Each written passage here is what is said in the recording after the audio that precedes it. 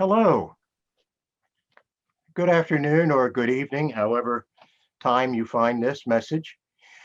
Uh, I came across something for the pastor's desk, which I put in the bulletin this week, but I also thought it was such an important message, and especially in this Advent time where we await a kingdom of justice and love and peace while striving to bring it into existence sooner, that this particular article that I found on the internet is timely for us. It's a couple years old, but it still speaks very strongly, I think, especially in this 2020 year and this in 2020 Advent.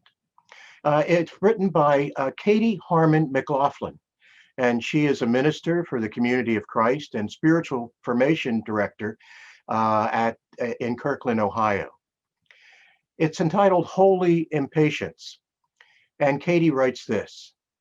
In 1963, while Martin Luther King Jr. was in Birmingham, Alabama jail, he received criticism from white clergy for being unwise and untimely.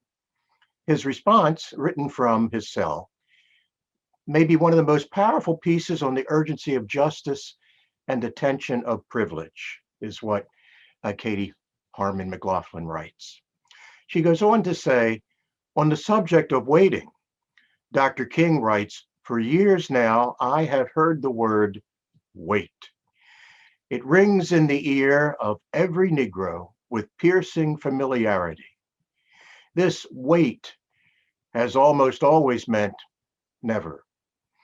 We must come to see with one of our distinguished jurists that justice too long delayed is justice denied. There comes a time when the cup of endurance runs over and people are no longer willing to be plunged into the abyss of despair. I hope, sirs, you can understand our legitimate and unavoidable impatience. The Reverend Katie goes on to say, Advent is the season for waiting, which sharpens our attention to how we wait and what we are waiting for. It is easy, she says, to say that in general, she is waiting for shalom, for the birth of Christ's peace into our world. She says it is harder to get specific, especially when the particular prompts painful transformation within me and the systems I rely on.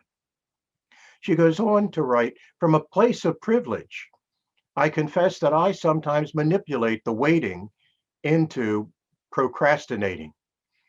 The white clergy in the 1960s were uncomfortable with King's civil disobedience. They knew what was coming was nothing less than radical reform, and the cost was high. It called for confrontation of not only a racist society, but also the lingering racism in their own hearts. Just wait, I'm not ready, they said, not maliciously, as much as fearfully. In the glitter and glow of this almost Christmas time, Reverend Katie says she can forget the high cost of the birth of Christ that is almost upon us. The high cost of the birth of Christ, which is almost upon us. She goes on to say, in the waiting of Advent, we are not sitting passive or idle. We are allowing the Spirit to work within us. We are noticing the signs of our deepest hope coming alive along the way. We are cultivating the ground of soil for the God seed that will die and become bread at the tables of the hungry. We are hearing in this Advent time with greater receptivity the impatient cries of the most vulnerable and oppressed, with whom the Christ we wait for spent his life serving. When Advent comes to an end, when the waiting is over, the Reverend Katie McLaughlin asked this question, and I pose it to you as well.